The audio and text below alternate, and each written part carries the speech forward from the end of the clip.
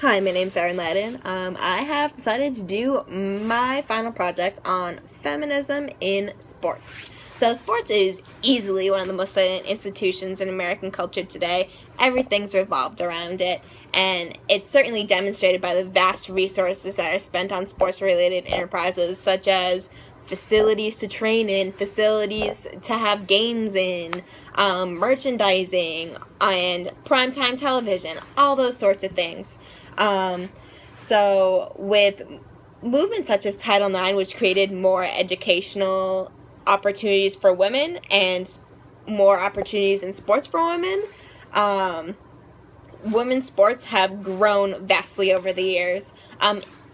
But even so, they are often scrutinized in the media with for sexist comments slandered across headlines, which we'll talk more about later. But first, I want to talk a little bit about Title IX. So, Title IX is a law passed in 1972 that requires gender equality for boys and girls in every educational program that receives federal funding. So, previous to Title IX, the only way that a girl was going to play a sport in high school or at the collegiate level if it was a private institution or a parochial school, because they were privately funded. But if you went to a public school, so like if I'm from Waltham, if I went to Waltham High, I probably wouldn't have any sports to play. Or if I went to UMass Amherst, they definitely didn't have any sort of women's funding or funding for women's sports.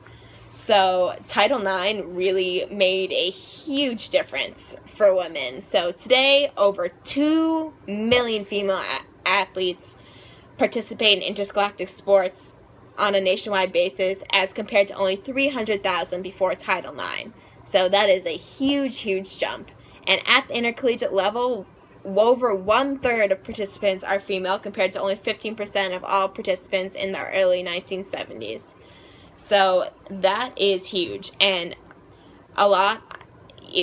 Title IX makes it mandatory for there to be just as many opportunities for men as there are for women.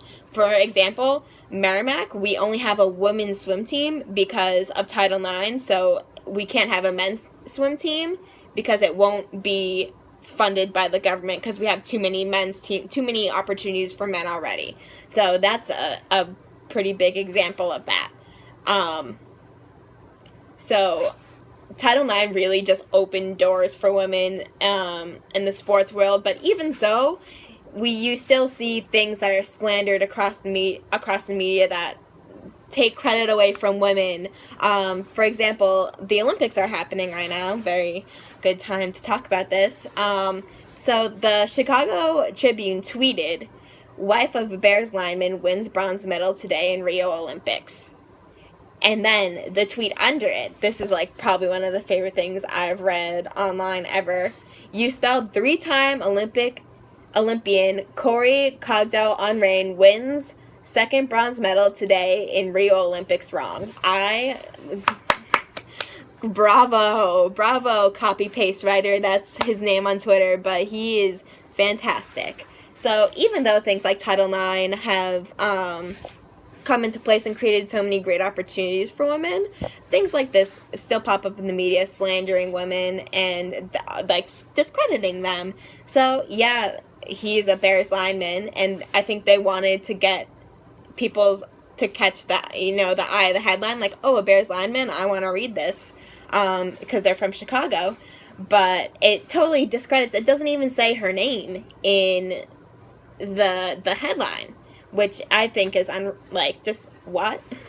And then another example in the Olympics is one of the women swimmers from Hungary. I forget her name. Very hard to say. She won a gold medal, and the announcer, they zoom in on her husband freaking out because he was her coach, and they were like, oh, all credit goes to this guy, for coaching her. Well, not all credit, because he wasn't the one in the pool doing it. She was the one who practiced. She was the one who kept going when she was hurt, and she was the one who qualified for the Olympics. She's the one who won the gold medal. So unless he's in the pool, you can give him some credit, but she was the one who did it. So really, feminism in sports